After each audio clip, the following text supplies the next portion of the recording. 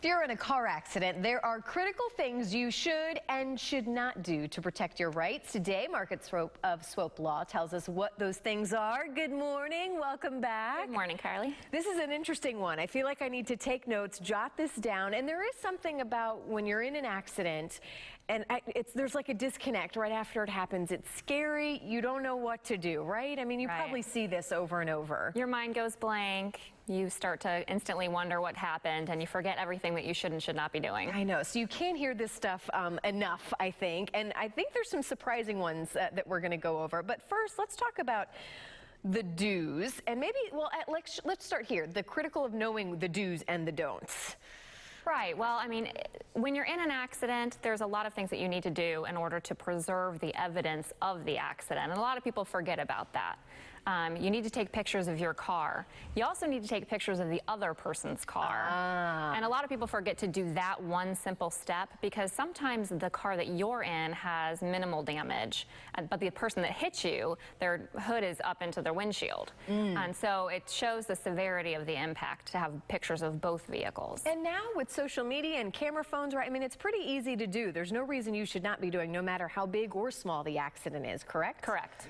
Do we need to be getting pictures of license plates and stuff too? I mean, what else should we be getting information of? That's not as important as getting pictures of the damage, because if another do is to call the police. You want to have a record of the accident and what happened, and actually you have to call the police if there's more than $500 worth of damage to the car or if you're injured. And I think some people are nervous about calling the police. I don't know if they feel bad about having to call help, or especially if you don't know that there's injury, you know, it's not, you know, so severe. How do you know when to call the police?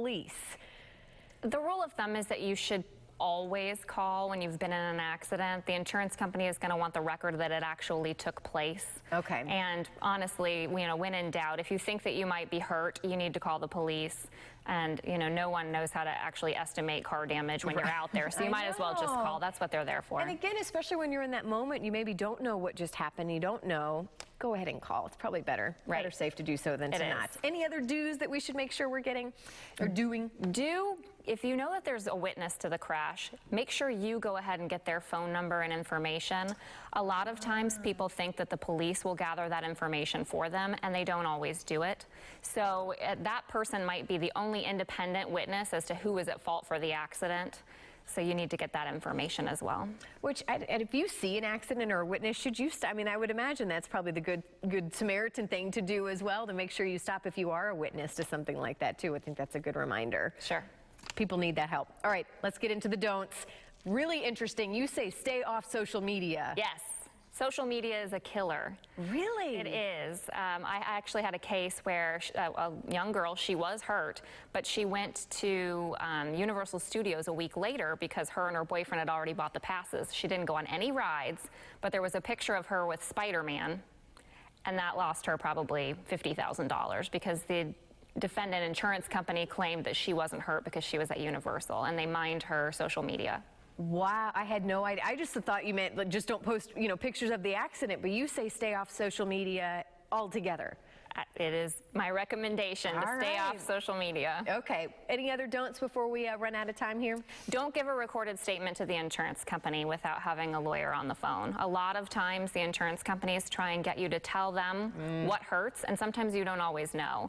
Right now your neck hurts, maybe 3 days from now your back hurts, but if you say it was only your neck, then they're going to try and say that you never hurt your back. So, you know, be cautious about that. I know. I'd imagine as we wrap up here, another do, call a lawyer though if you if you do have questions, and obviously your office a great office to call, right? Thank you. I appreciate that. The best thing to do? Yes, call a lawyer. All right. Well, thank you so much for being here this morning. Again, we always learn so much from you, and we look forward to having you back. Thanks, Carly. And again, for more information on the do's and don'ts after a car accident, you can call or give Swope Law a call at 727-725-0200, or visit their website at PinellasAccidentLawyers.com.